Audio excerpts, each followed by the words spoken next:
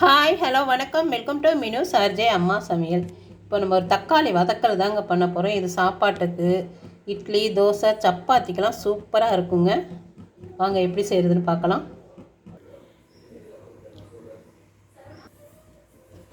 இப்போது ஆயில் ஊற்றிக்கலாம். கொஞ்சம் கூடவே எண்ணெய் ஊற்றிக்கலாம், நல்லாயிருக்கும்.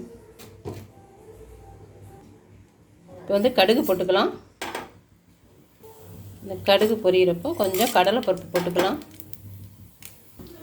இப்போ பூண்டு போட்டுக்கலாம். பூண்டு நல்லா வதங்கட்டும். அதுக்கப்புறம் வெங்காயம் போட்டுக்கலாம். இப்போது ஒரு 2 வெங்காயம் பெரிய பல்லாரி அரிஞ்சு வச்சுருக்கேன், போட்டுக்கலாம்.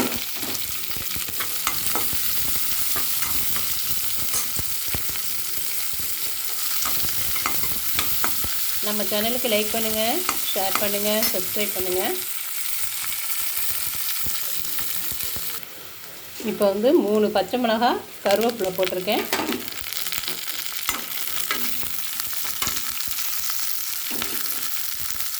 இப்போது ஒரு 1/2 கிலோ தக்காளி அரிஞ்சு வச்சுருக்கேன், போட்டுக்கலாம்.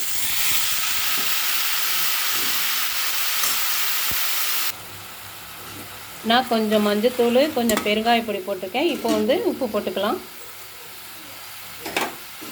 அதான் தக்காளி நல்லா சீக்கிரம் வதங்கும். ஒரு 2 ஸ்பூன் மிளகாத்தூள், சாம்பார் பொடி எடுத்து வச்சுருக்கேன். இந்த அளவு தக்காளி வதங்கிடுச்சிங்க. இப்போ சாம்பார் பொடி போட்டுடலாம். சாம்பார் பொடி, மிளகாத்தூள், ரசப்பொடி, மல்லிப்பொடி, பிரியாணி மசாலா, இதெல்லாம் தேவைன்னா மெசேஜ் பண்ணுங்கள்.